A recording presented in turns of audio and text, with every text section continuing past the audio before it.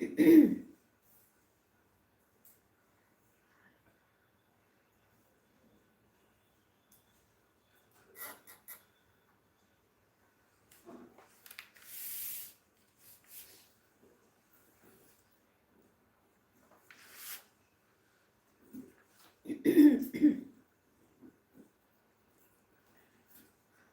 शांति। ओम शांति।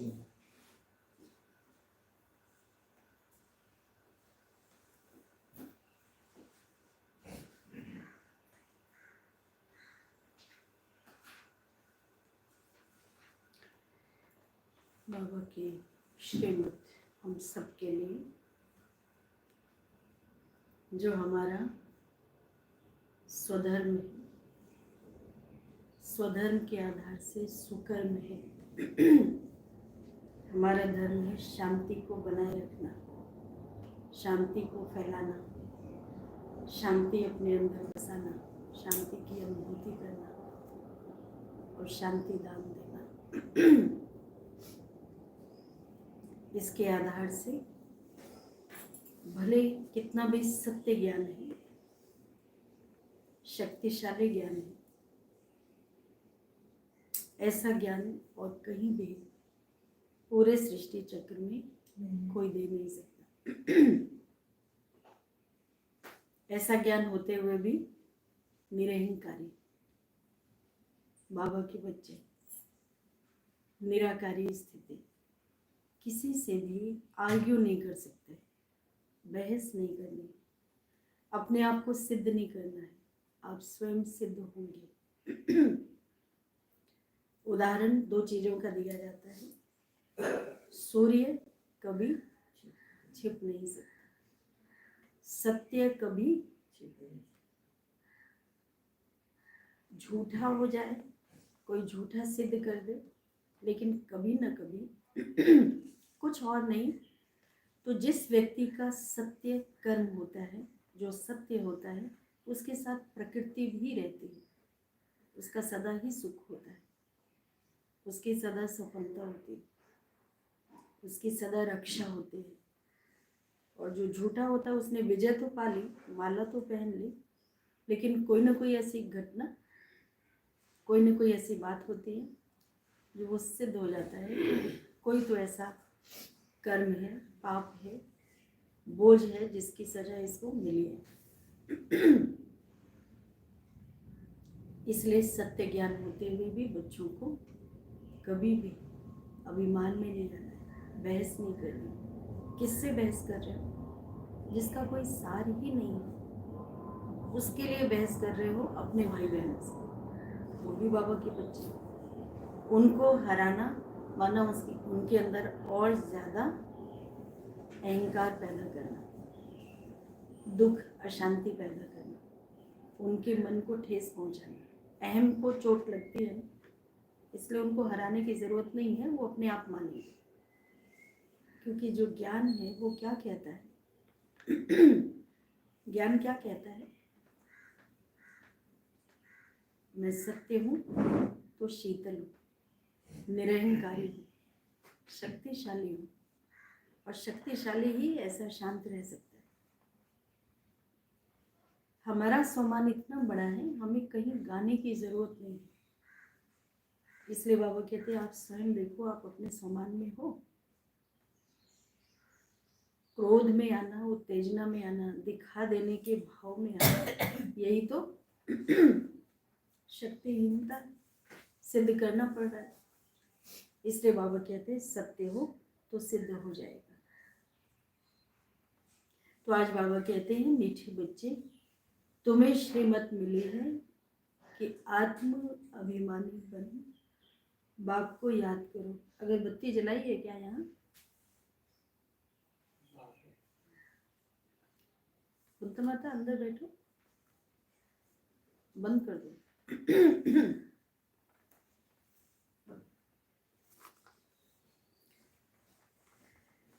तुम्हें श्रीमत मिली है कि आत्मा अभिमानी बन, बाप को याद करो, किसी भी बात में तुम्हें आर्ग्यू नहीं करना है। बाबा ने पूछा बुद्धि योग स्वच्छ बन बाप से लग सके, स्वच्छ बुद्धि बाप के साथ लगेगी। चुंबक और लोहे का उदाहरण तो हम देखते हैं, कहाँ चुंबक कहाँ लोहा, बल्कि बाबा तो पारस और पत्थर कहते हैं, दोनों में बहुत अंतर है। तो लोहा आकर्षित तभी होगा चुंबक की तरफ जब ऊपर से कुछ और कोई मिट्टी धूल जंग कुछ नहीं होगा, बिल्कुल साफ होगा। दरवाजा बंद करना। तो बाबा कहते हैं 7 दिन की भट्टी, ये किस लिए चाहिए? जंग उतारने के लिए। जो इस लोहे के ऊपर आ गई है, अभी आयरन एजिड में है, इसको गोल्डन एजिड तक ले जाना है। तो इसके लिए ये विकारों की जंग उतारनी है। कोई भी नया आता है तो उसे 7 दिन के लिए भट्टी में बिठाओ, जिससे बुद्धि का किचड़ा निकले और गुप्त बाप, गुप्त पढ़ाई और गुप्त वर्षे को पहचान सके। अगर ऐसे ही बैठ गए तो मूझ जाएंगे, समझेंगे कुछ नहीं। गीत है जाग सजनिया जाग, नवयुग आया। किसके लिए कहते हैं बाबा? सजनिया तो जाग चुकी, अभी कुछ सोई हुई है, कुछ सजनिया सोई हुई है। तो क्या करना पड़ेगा? घर में कोई बड़े बुजुर्ग होते हैं ना, फिर वो कुछ कुछ बोलना शुरू करते हैं। इतने बजे तक सूर्य सिर पर आ गया है। अभी सूर्य हम सबके सिर पर तो है, लेकिन हमारा वो कार्य कब होगा? बाबा के बच्चे, उनके पास ये पढ़ाई पढ़ने का टाइम इसलिए है क्योंकि उनका सूर्य बहुत पहले निकल आता है। सोचो 3 बजे निकल आता है, 3:30 बजे निकल आता है। उनके पास बहुत सारा टाइम होता है। 1 घंटा आराम से बैठने का टाइम है, 1 घंटा आराम से मुरली सुनने का टाइम है। बाकी 1 घंटा आने जाने में, तैयारी करने में, स्नान पानी करने में, 3 घंटा 3.5 घंटा कम से कम बाबा के बच्चों के अलग से निकल आते हैं। कितना टाइम बनाते हैं, टाइम क्रिएट किया। नहीं तो ऐसे इधर उधर में जाता था। अभी लक्ष्य होता है रात को जल्दी सोने का, लक्ष्य होता है सुबह जल्दी उठने का। तो एक लक्ष्य से हम कार्य कर रहे हैं, जीवन जी रहे हैं। तो क्या करेंगे? सभी सजनियां जागी हुई जो हैं वो दूसरों को जगाएंगे। बच्चों को ज्ञानी तो आत्मा बनाने के लिए ऐसे ऐसे गीत हैं वे सुनाकर फिर उसका अर्थ करना चाहिए, तो वाणी खुलेगी। मालूम पड़ेगा हम कहाँ तक सृष्टि के आदि मध्य अंत का ज्ञान जानते हैं। कितना बुद्धि में हमारे ये ज्ञान बैठा हुआ है, सृष्टि के आदि मध्य अंत। तुम बच्चों की बुद्धि में तो ऊपर से लेकर मूल वतन, सूक्ष्म वतन, स्थूल वतन के आदि मध्य अंत का सारा राज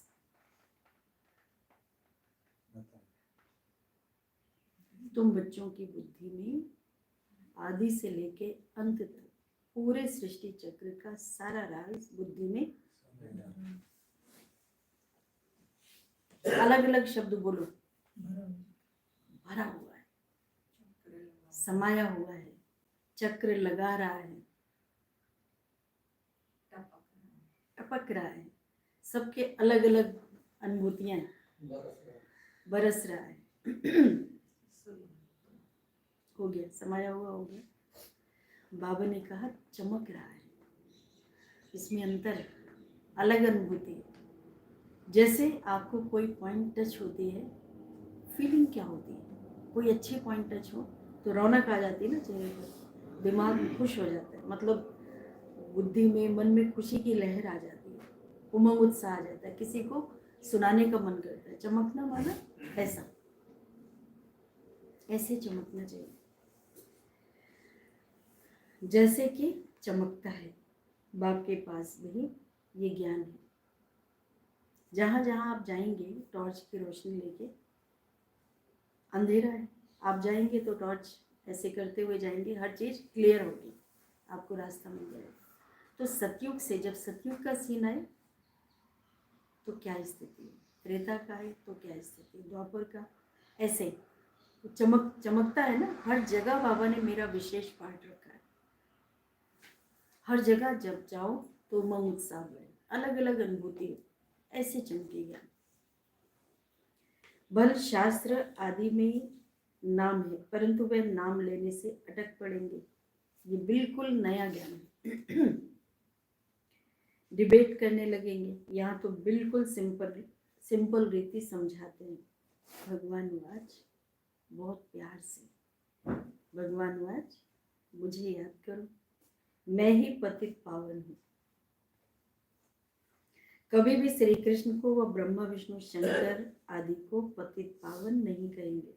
सूक्ष्म वतन वासियों को भी तुम पतित पावन नहीं कहते हो, तो स्थूल वतन के मनुष्य पतित पावन कैसे हो सकते हैं? ये ज्ञान भी तुम्हारी ही बुद्धि में है। शास्त्रों के बारे में जास्ती आर्ग्यू करना अच्छा नहीं, बहुत वाद विवाद हो जाता है, एक दो को लाठियां भी मारने लग पड़ते हैं। आपस में ये जो शास्त्री हैं, शास्त्रज्ञ, जिनको सारा ज्ञान है, वो आपस में ही करने लगते हैं, लेकिन कोई किसी के सामने हारना नहीं चाहता। नॉलेज के भी कभी इतना अभिमान, जबकि नॉलेज नम्र बनाती है, रॉयल बनाती है, शालीन बनाती है। पढ़े लिखे, अभी दुनिया में कोई ऐसी वैसी बात करे तो लोग शर्मिंदा कैसे करते हैं? जी पढ़े लिखे हो, सबसे बड़ी गाली है। ऐसा कहना माना शर्मिंदा करना, आपको ऐसा नहीं होना चाहिए। तो बाबा के बच्चे कितने पढ़े लिखे, इनके दुनिया में इतना पढ़ा लिखा कोई है ही नहीं। यहाँ से वो पढ़ाई खत्म होती हमारी शुरू होती। पढ़ाई हमने पढ़ी पूरे सृष्टि के आदि मध्य अंत की, आत्मज्ञान परमात्म ज्ञान, ये सारा पढ़ा, और लिखा हमने श्रेष्ठ कर्मों के, जो भी कर्मों के द्वारा भाग्य। तो हमने पढ़ाई भी पढ़ी है, नॉलेज भी है हमें, और हमने लिखा भी बहुत अच्छा, इतना अच्छा दुनिया में कोई लिख नहीं सकता कि उसके भाग्य में देव पद आ जाए, सतयुगी वर्षा आ जाए, इतना बड़ा पद। ऐसी पढ़ाई किसी के पास नहीं है। तो ये नशा बच्चों को होना चाहिए।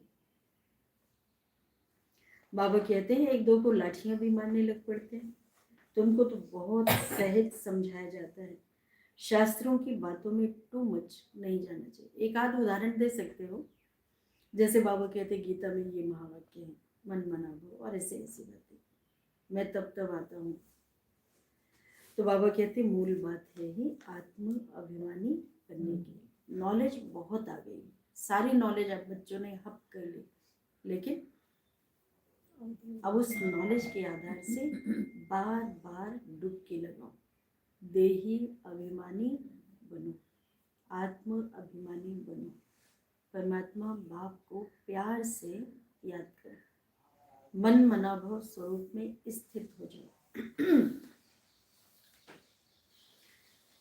ये श्रीमत है मुख्य,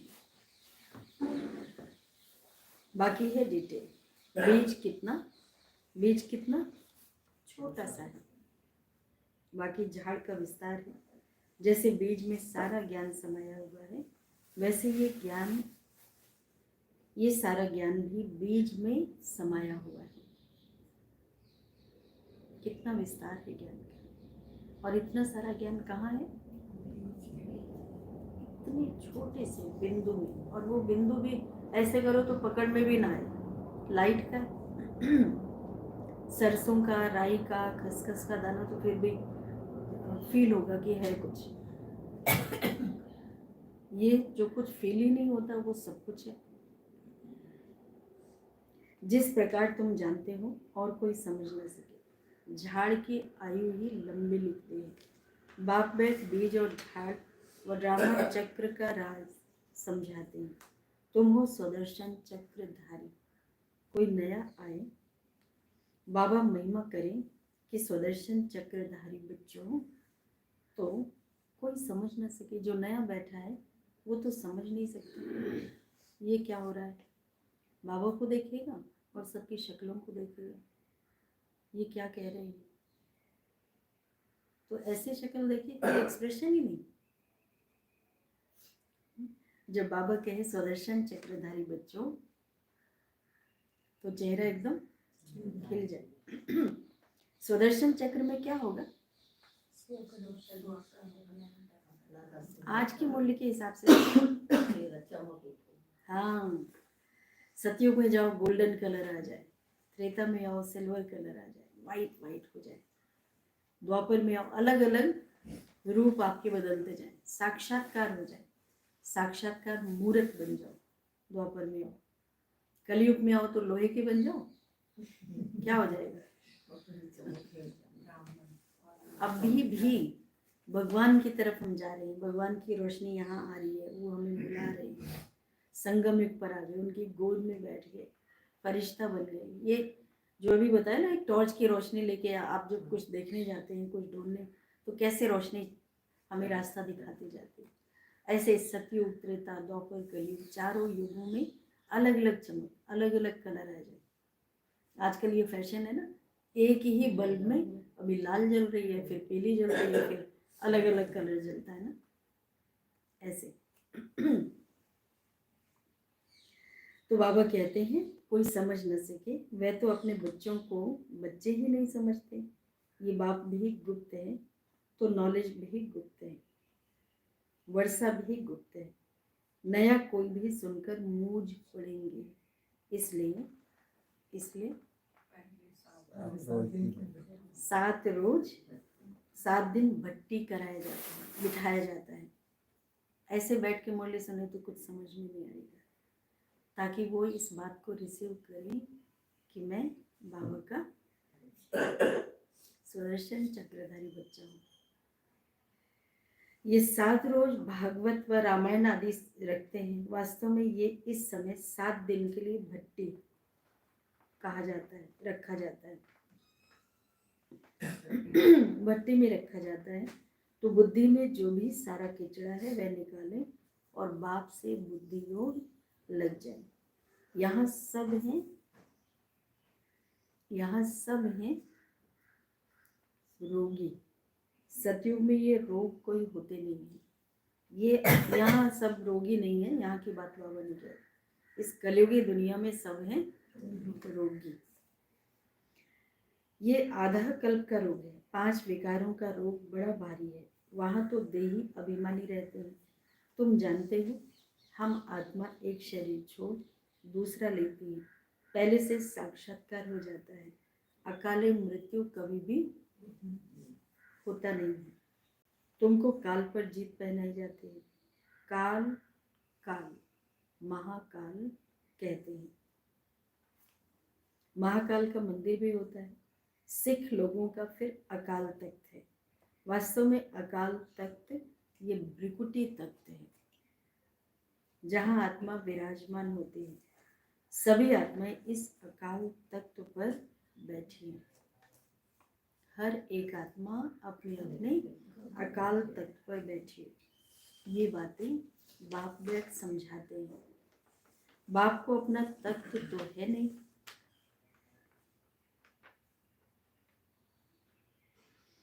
किसी का कुछ ना हो उसको सफाई भी नहीं करनी पड़ेगी, और जो भी बुलाएगा वो साफ करके ही बुलाएगा।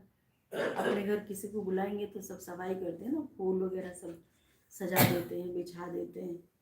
तो बाबा को अगर कोई ऑफर करेगा तो सफाई करके करेगा ना।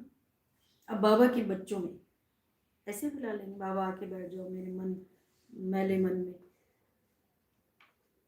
पहले बाबा से बात करेंगे, अपने अंदर वो क्रिएट करते हैं, लाइट जलाते हैं, थोड़ा आत्माभिमानी बनते हैं, आत्मिक भाव में आते हैं, प्यारे बाबा मीठे बाबा, फिर महिमा करना शुरू करते हैं। जब तक बाबा को प्यार से नहीं बुलाया है तब तक बाबा की बात हमारे मुख से निकलेगी कैसे। बाबा जो कहते हैं कहीं भाषण करने जाते हैं बच्चे भूल जाते हैं, पहले ही बाबा को याद करके, बाबा आप संभालना, आप बोलो, ये मैंने आपको रथ दे दिया है, जो इसके द्वारा आँखों से, मुख से, जैसे भी आपको देना है आप दो। तो थोड़ा शुद्धता, स्वच्छता तो आती है ना। बाबा कहते हैं इस तख्त पर बैठकर तुम बच्चों को ताउसी तख्त नशीन बनाते हैं। तुम जानते हो वह ताउसी तख्त कैसा होगा, जिस पर लक्ष्मी नारायण विराजमान होंगे। ताउसी तख्त तो गाया हुआ है ना, विचार करना है उनको भोलानाथ भगवान क्यों कहा जाता है। भोलानाथ भगवान कहने से बुद्धि ऊपर चली जाती है। साधु संत आदि उंगली से इशारा भी देते हैं ना कि उनको याद करो, एक को, एक मालिक। यथार्थ रीति कोई भी जान नहीं सकते। अभी पतित पावन बाप सम्मुख आकर कहते हैं बच्चे मुझे याद करो तो, अंजना बहन मुझे याद करो तो, मुझे याद करो तो तुम्हारे विकर्म विनाश होंगे। तो मैं गारंटी करता हूँ, क्या गारंटी करता हूँ,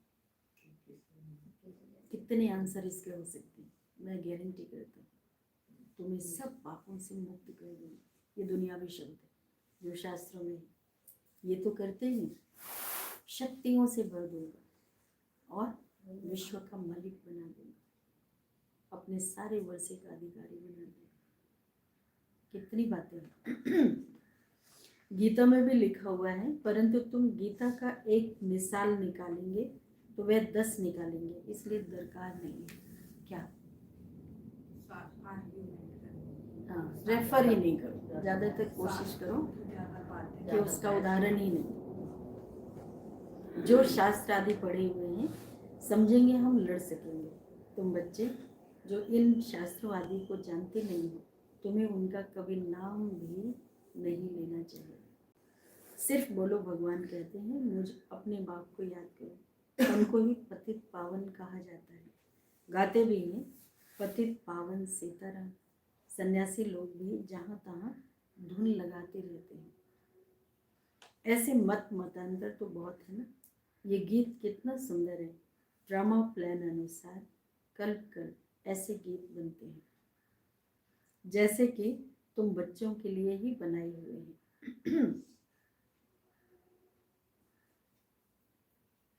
ऐसे ऐसे अच्छे अच्छे गीत बनाने चाहिए। कैसे? नयनहीन को राह दिखाओ प्रभु, और जाग सजनिया जाग, नवयुग आया। प्रभु कोई श्री कृष्ण को थोड़ी कहते हैं, प्रभु व ईश्वर निराकार को ही कहेंगे। यहाँ तुम कहते हो बाबा परमपिता परमात्मा है तो वह भी आत्मा न। भक्ति मार्ग में बहुत टू मच चले गए। यहाँ तो बिल्कुल सिंपल बात है। अल्लाह और बे, अल्लाह अल्लाह बे बादशाह। इतनी सिंपल बात है, कितनी सिंपल बात है। अल्लाह माना अल्लाह को जान लिया, उससे बातचीत करते हो, उसको याद करते हो, उससे प्यार करते हो, उसके अनुसार चलते हो। और बे बादशाही माना वर्षा, सतयोगी जो हमारा लक्ष्य है, उस स्वमान में आना, सारा दिन उसकी स्मृति में वैसा व्यवहार करना, तो व्यवहार भी हमारा दिव्य हो जाएगा, दैविक व्यवहार होगा। उठना बैठना, इतनी शालीनता, इतनी शांति। बरोबर ये लक्ष्मी नारायण स्वर्ग के मालिक थे, संपूर्ण निर्विकारी थे। तो बाप को याद करने से ही तुम ऐसा संपूर्ण बनेंगे। जितना जो याद करते हैं, सर्विस करते हैं, उतना वह ऊंच पद पाते हैं। जो पूरा अटेंशन नहीं देते हैं तो पिछाड़ी में बैठे रहते हैं, ज़रूर वह फेल होंगे। अपने आप को रिफ्रेश करने के लिए ज्ञान के जो अच्छे अच्छे गीत बने हुए हैं उन्हें सुनना चाहिए। ऐसे ऐसे गीत अपने घर में रखने चाहिए। किसी को इस पर समझा भी सकेंगे। अगर वैसे ज्ञान ना समझ में आए, बोलना कि क्या बोलना है, क्या सुनाना है, तो क्या करो, होता है ना, कोई गीत सुनो तो लगता है कि इसमें एक्सप्लेन किया जा सकता है, ये बताया जा सकता है, बोला जा सकता है।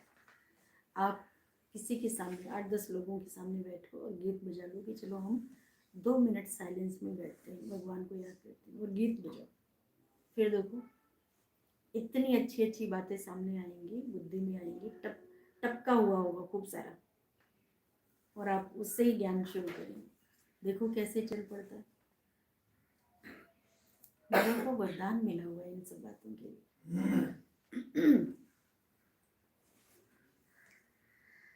बाबा कहते हैं शास्त्रों में ये बातें नहीं है कि कल्प की आयु 5000 वर्ष है, ब्रह्मा का दिन और ब्रह्मा की रात आधा आधा है। ये गीत भी कोई ने तो बनवाए हैं। बाप बुद्धिवानों की बुद्धि है, तो कोई की भी बुद्धि में आया है जो बैठ बनाए। इन गीतों आदि पर भी तुम्हारे पास कितने ध्यान में चले जाते थे, ट्रांस में चले जाते थे, अच्छे अच्छे अनुभव करते थे। बाप की महिमा में ऐसा गीत गाएंगे जो घायल कर देंगे, ऐसे ऐसे आएंगे।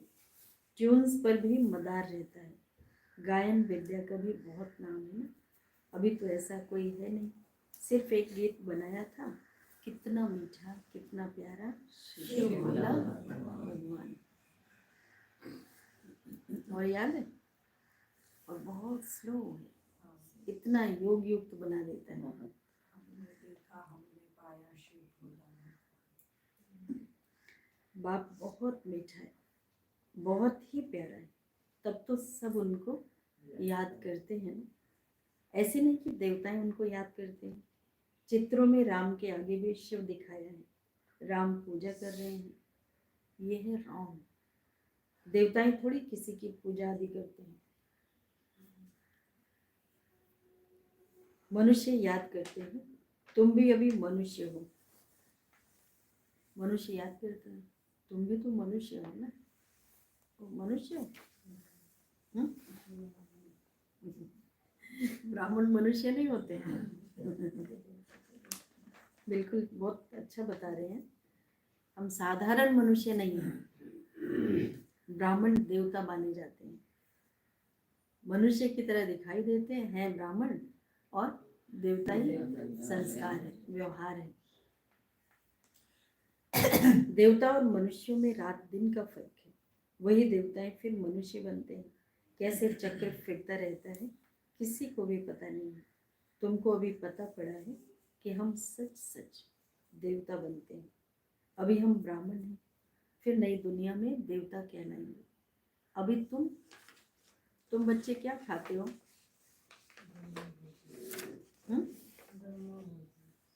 ब्रह्म भोजन खाते हो? अच्छा, आप क्या खाते हैं? वंडर। बाबा कहते हैं अभी तुम वंडर खाते हो। बाबा की एक एक बात समझकर, सुनकर, अनुभव करके, बाबा को देख के, विचार सागर मंथन करके वंडर लगता है। क्या गहराई है, क्या पॉइंट है, कितना प्यारा बाबा है, हम क्या बन रहे हैं। एक एक बात सोचो, हर एक बात में विश्वास ही नहीं होता, फिर भी प्रैक्टिकल जी रहे हैं ना। ऐसे कैसे हो जाता है, हम ये बन रहे हैं। वंडर माना विश्वास ना होना, माना विश्वास तो है हमें, तभी तो कर रहे हैं ना। लेकिन इतनी बड़ी बात, इतनी बड़ी प्राप्ति की विश्वास ही नहीं होता है। आश्चर्यजनक, लोगों को आश्चर्य होता है कि ये कैसे हो सकता है।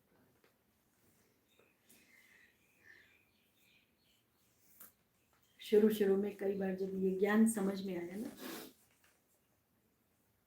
तो कुछ कुछ कहानियां ऐसे जब पढ़ते थे, इतनी सारी कहानी पढ़ ली, बाद में पता चला उसकी नींद खुली तो उसको पता चला वो, तो ये कहानी हम बुद्धि में थी। तो ये ज्ञान जब समझ में आया, हम भगवान से मिलते हैं, हम यहाँ जाते हैं, हम वहाँ जाते हैं, तो लगता था हम भी कहीं स्वप्न तो नहीं देख रहे हैं बहुत लंबा। इतनी बड़ी बात कि हम भगवान से मिलने जा रहे हैं, उनका ज्ञान सुनाते हैं, देवता बन रहे हैं, ऐसे ऐसे जो भी बातें। फिर पता चले कि ये तो हम स्वप्न देख रहे थे।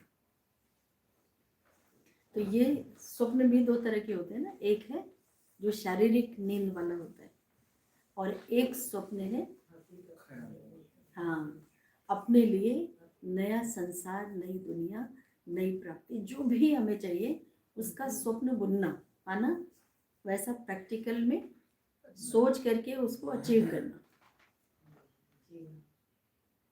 उसे हासिल कर लेना। जैसे कोई बचपन में ही सोच लेता मुझे ये बनना है, ये करना है, मेरी इतनी कंपनियां होंगी, फैक्ट्री होगी, या ये करूँगा, इतना बड़ा बिजनेसमैन, मेरा ऐसा मकान होगा, बचपन में सोचा होता है। और कोई जब बच्चे सुनाते हैं ना, तो कोई कोई लोग मजाक भी उड़ाते हैं, देखो ये बिजनेसमैन जा रहा है, छोटा बच्चा जा रहा हो, मतलब 15-20 साल का अगर है तो सब लोग उसको टॉन्ट भी करते रहते हैं, लेकिन वो बनता है। जब कहानियाँ लोगों की सुनते हैं, पढ़ते हैं, अनुभव सुनते हैं, तो पता चलता है ना कि बचपन में ये सब सोचा था। इसमें फिर भी एक रोड मैप है, बचपन में एक रीज़न है। यहाँ तो सोच ही नहीं सकते हम ऐसा कुछ हो सकता है, सोच में भी नहीं था कि ऐसा कुछ होगा कि भगवान हमें पढ़ाएगा। हाँ, ये बात तो कभी सोच में ही नहीं थी। दुनिया में तो इतने सारे बने होते हैं, किया होता है, लोगों को देख, यहाँ तो हमने देखा ही नहीं था ना, कोई मनुष्य से देवता बना, कोई भगवान के पास पढ़ने गए, फिर ये हुआ, सब नई नई बात। और विश्वास करते गए, जो जो सुनते गए हम विश्वास करते गए बाबा पर, और बनते जा रहे हैं। बाबा के बच्चे जो अनुभवी हैं वो सुनाते हैं, गीत में है जैसा सोचोगे वैसा बनोगे। हर एक के जीवन में ये अनुभव जरूर होगा, कहीं ना कहीं हमने ये सोचा था, ये सोचा था, तो ये बन गया। हमारे जितने भी गीत हैं सब अनुभवी है, सारे अनुभव है ऑलमोस्ट। कोई भी ऐसा नहीं है कि किसी ने ऐसे बस बना दिया, जो गीत है सबका अनुभव है। अनुभव से ही बनाते हैं, ऐसे तो आएगा ही नहीं, दिमाग में शब्द ही नहीं आएगा ना। बाबा कहते हैं ये ब्रह्मा खुद ही जो इस जन्म में पहले पुजारी था, श्री नारायण की महिमा गाते थे, नारायण से बड़ा प्रेम था, अब वंडर लगता है, उनको भी वंडर लगता है, वंडर खाते हैं, हम सो ये बन रहे हैं, तो कितने खुशी का पारा चढ़ना चाहिए। तुम बच्चे हो, बदल जाओ, अपने रूप बदलते रहो, जैसे साक्षात्कार में होता है ना, अभी अभी ये देख रहे हैं, अभी अभी ये देख, अपना साक्षात्कार करते रहो। अभी वंडर खा रहे थे, बैठ के खाना खा रहे थे। कहते हैं, बाबा कहते हैं तुम हो अननोन वॉरियर्स, कोई भी नहीं जानता, इतने बड़े योद्धा हो, कोई जानते नहीं है, युद्ध के मैदान पर बहुत बड़ा युद्ध जीत रहे हो, फिर भी कोई जानते नहीं। सचमुच सचमुच तुम डबल अहिंसक हो, न काम कटारी न वह स्थूल लड़ाई, काम अलग है, क्रोध अलग चीज है, तुम हो डबल अहिंसक, नॉन वायलेंस। क्या हो?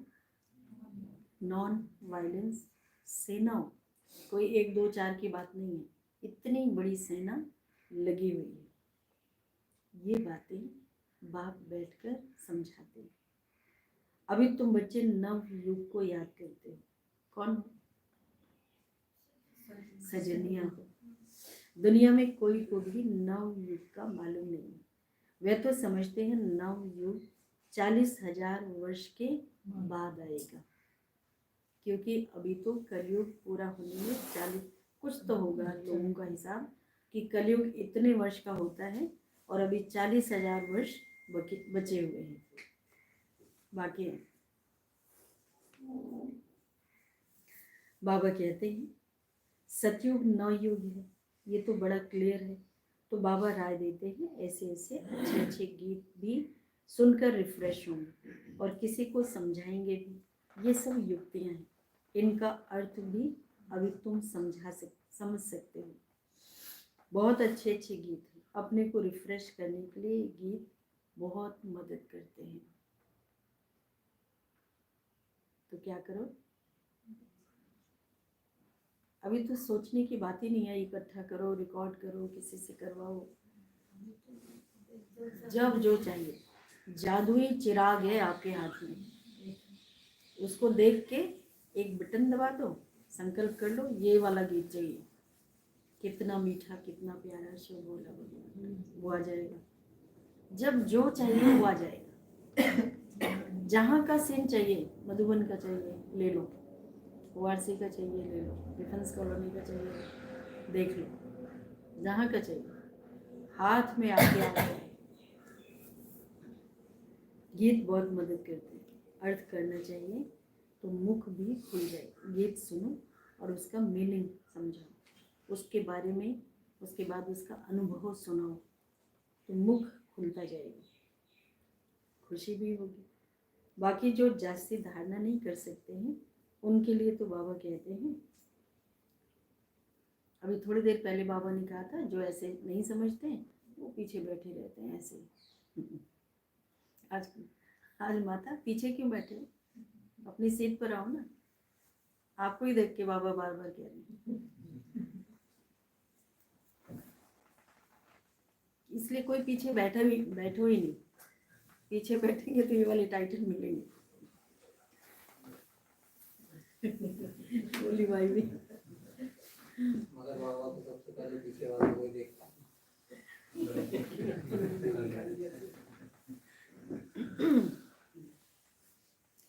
बाबा कहते हैं, तो आज क्या कहा बाबा ने पीछे वालों के लिए? एक तो ये वाली बात जो भी सुनाई, जिस पर थोड़ा चेंज हुआ। अभी बाबा कहते हैं जो जास्ती धारणा नहीं कर सकते हैं उनके लिए तो बाबा कहते हैं घर बैठे बाप को याद करते रहो।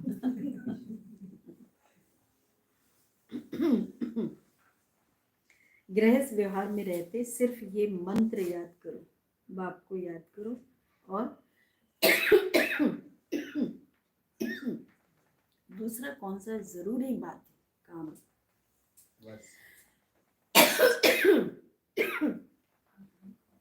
यहाँ बाबा की याद में वर्षा आ गया है। और बात और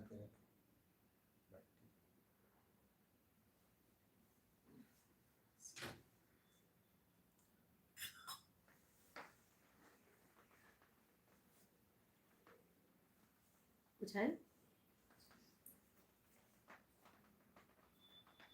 बाबा कहते हैं एक तो बाप को याद करो, ये मंत्र है। दूसरा पवित्र बनो। पवित्र बनने में फिर कितनी सारी बातें। जब शुरू में पवित्र बनना शुरू करते हैं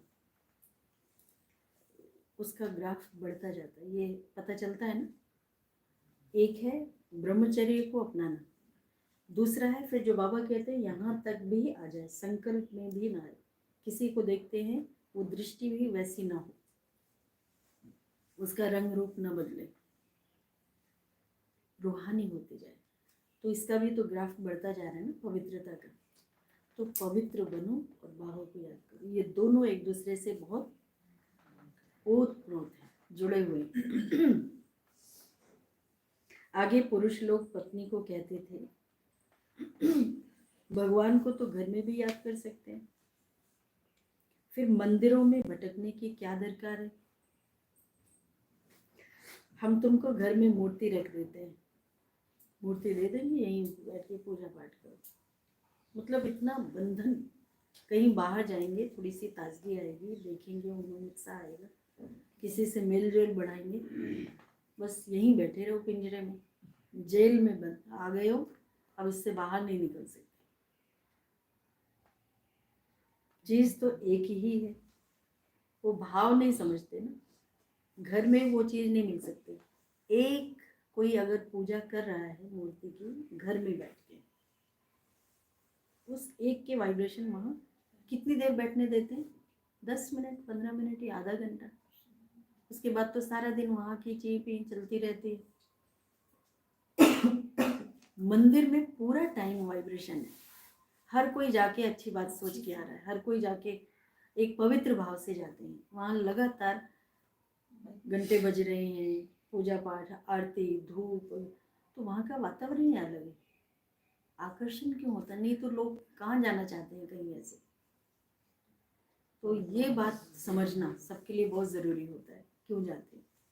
ऐसे ही जो बाबा के बच्चे यहाँ आते हैं,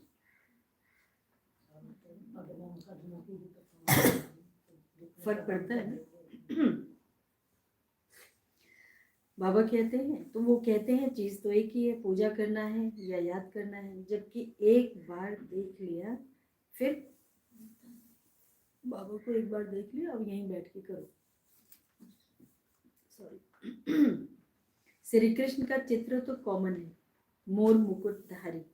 तुम बच्चों ने साक्षात्कार किया है, कैसे वहां जन्म होता है, वह भी साक्षात्कार किया है, परंतु क्या तुम उनका फोटो निकाल सकते हो जैसा वहां देखते हैं, साक्षात्कार करते हैं?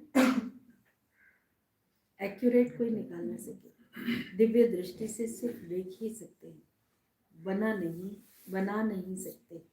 हाँ, देखकर वर्णन कर सकते हो, बाकी वह पेंट आदि नहीं कर सकते। भले होशियार पेंटर हो, साक्षात्कार भी करे तो भी एक्यूरेट फीचर्स निकाल न सके। तो बाबा ने समझाया है, कोई से भी आर्ग्यू जास्ती नहीं करनी है। बोलो, तुमको पावन बनने से काम है ना?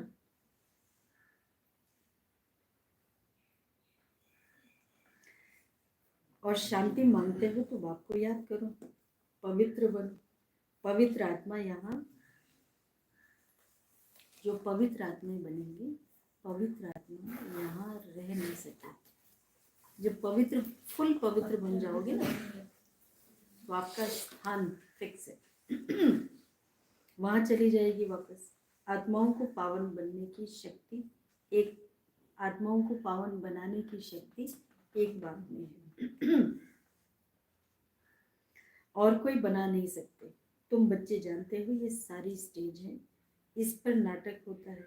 इस समय सारी स्टेज पर रावण का राज्य है, सारे समुद्र पर सृष्टि खड़ी है। ये बेहद का टापू है, वह है हद के, ये है बेहद का, जिस पर आधा कल दैवी राज्य, आधा कल आसुरी राज्य चलता है।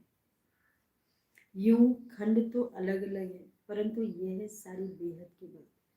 तुम जानते हो, हम गंगा जमुना नदी के मीठे पानी के कंठे पर ही होंगे, समुद्र आदि पर जाने की दरकार नहीं रहती। ये जो द्वारका कहते हैं, वह कोई समुद्र के बीच होती नहीं है। द्वारका कोई दूसरी चीज नहीं है। तुम बच्चों ने सब साक्षात्कार किए। शुरू में ये संदेशी और गुलजार बहुत साक्षात्कार करती थी। इन्होंने बड़े पार्ट बनाए हैं, क्योंकि भट्टी में बच्चों को बहलाना था ना, तो ये सब हुआ। तो साक्षात्कार से बहुत बहुत बहले हैं। बाप कहते हैं, पिछाड़ी में तुम बहुत बहलेंगे। फिर से स्थिति पहले से बनानी पड़ेगी ना, जो हम उसी अवस्था में रह सकें। वह पार्ट फिर और है, गीत भी है ना। हमने जो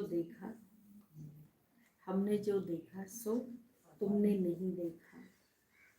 तुम जल्दी जल्दी साक्षात्कार करते रहेंगे। जैसे इम्तिहान के दिन नजदीक होते हैं तो मालूम पड़ता जाता है ना। क्या मालूम पड़ जाता है? कितना पढ़ा है, फिर कहेंगे पता नहीं, डर लग रहा है।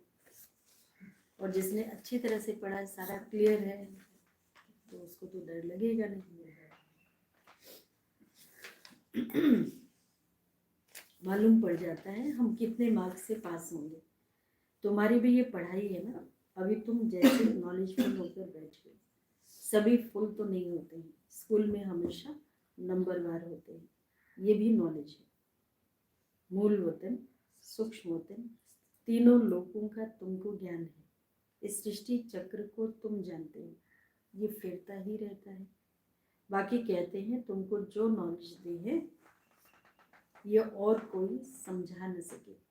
तुम्हारे पर है बेहद की दशा, बृहस्पति की। कोई पर बृहस्पति की दशा, कोई पर राहु की दशा होती है। जिन पर राहु की दशा होती है,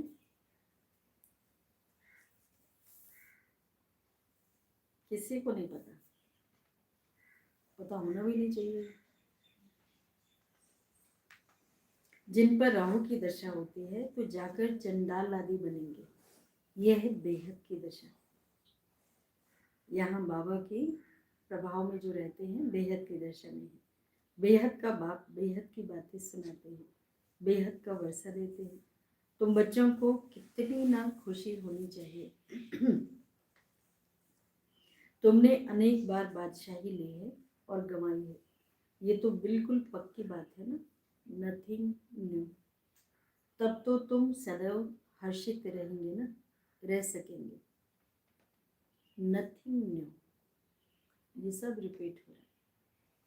और जब नथिंग न्यू लगता है तो शांत रहते हैं, हर्षित मुख रहेंगे।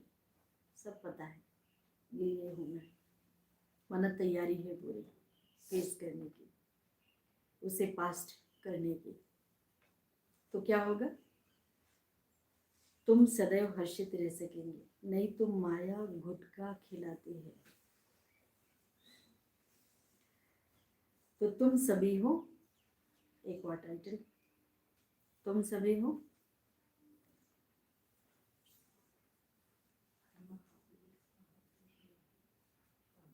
कुछ तो बन जाओ जल्दी से, कोई गेटअप। अंजना भाई,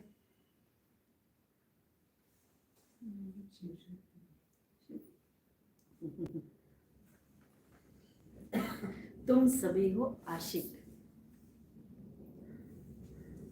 है ना। सभी हो आशिक एक माशूक के। सब आशिक उस एक माशूक को ही याद करते हैं। सीन देखो, बड़ा सुंदर सुंदर सीन आता है। टाइम होता है, माशूक कहीं उपस्थित हुआ और सारे आशिक भाग भाग के वो कोई ऐसी चीज़ देखो जहाँ कुछ ऐसा, जैसे मान लो मीठा है, कितनी मधुमक्खियाँ वहाँ जाके चिपक जाती हैं। ऐसे एक पीरियड होता है, यहाँ इतनी सारी मधुमक्खियाँ आके चिपक जाती हैं, खूब सारा रस लेती हैं, फिर जाके सारा दिन उसको बरसाते हैं, इधर उधर टपकाती रहेंगी, किसी किसी को सुनाती रहेंगी और पिचकारी की तरह सुनाती हैं, देती हैं। कभी आंखों से डालेंगी, कभी मुख से, कभी कैसे, कभी कर्म करके अलग अलग तरह से टपकाएंगे अपना। एक आशिक का जो गीत है, भी बाबा के लिए स्पेशल ये जो मैं लाइक करता हूँ। हम तो तेरे आशिक हैं, सदियों को रहने चाहे, तू माने चाहे ना। उसको भी चैलेंज है। बहुत अच्छा। बाबा कहते हैं सब आशिक उस एक माशूक को ही याद करते हैं, वह आकर सभी सुख देते हैं, सभी को सुख देते हैं। आधा कल्प उनको याद किया है, अब वह मिला है तो कितनी खुशी होनी चाहिए। अच्छा, मीठे मीठे सिकिलधे बच्चों को भी माता पिता बाप दादा का याद प्यार गुड मॉर्निंग। रूहानी बाप के रूहानी बच्चों को नमस्ते। हम रूहानी बच्चों के रूहानी माता पिता बाप दादा को याद प्यार गुड मॉर्निंग और नमस्ते।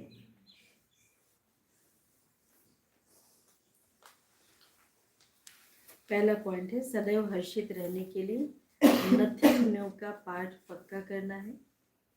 बेहद का बाप हमें बेहद की बादशाही दे रहे हैं, इस खुशी में रहना है।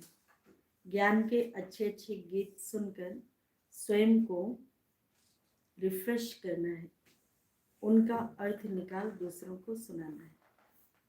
वरदान है माया के संबंधों को डाइवोर्स दें। बाप के संबंध से सौदा करने वाले मायाजीत मोहजीत भव।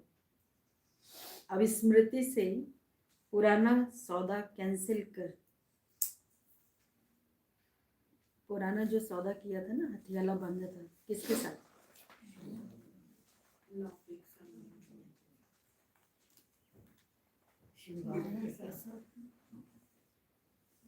रावण के साथ। हाँ, उसको छोड़ देना। अब सिंगल बनो, आपस में एक दो के सहयोगी बन रहो, लेकिन कंपेनियन नहीं। बाबा का बन के जब व्यवहार करेंगे ना, तो उनको छोड़ने की तो बात है नहीं। लौकिक वालों को भले उनका साथ लेंगे, साथी सहयोगी बन के रहेंगे, उनको कंपेनियन नहीं बनाएंगे। बाबा कंपेनियन, कंपेनियन एक को बनाओ तो माया के संबंधों से डाइवोर्स हो जाएगा। माया जीत मोह जीत विजयी रहेंगे। अगर जरा भी किसी में मोह होगा तो तीव्र पुरुषार्थी की बजाय पुरुषार्थी बन जाएंगे। इसलिए क्या भी हो, कुछ भी हो, खुशी में नाचते रहो। मिरुआ मौत मलुका शिकार, इसको कहते हैं नष्टो मोहा। ऐसा नष्टो मोहा रहने वाले ही विजय माला के दानी बनते हैं। स्लोगन है, सत्यता की विशेषता से डायमंड की चमक को बढ़ाओ। आप डायमंड हो, अपनी चमक को बढ़ाओ। और एकता एकाग्रता को अपनाकर एकांत प्रिय बनकर रहना है। बाप दादा चाहते हैं हर एक बच्चा एक रस श्रेष्ठ स्थिति के आसनधारी, एकांतवासी, अशरीरी, एकता स्थापक, एक नामी इकोनॉमी का अवतार बने। एक दो के विचारों को समझ सम्मान दे, एक दो को इशारा दे, लेन देन करें, आपस में संगठन की शक्ति का स्वरूप प्रत्यक्ष करें, क्योंकि आपके संगठन के एकता की शक्ति सारे ब्राह्मण परिवार को संगठन में लाने के निमित्त बनेगी।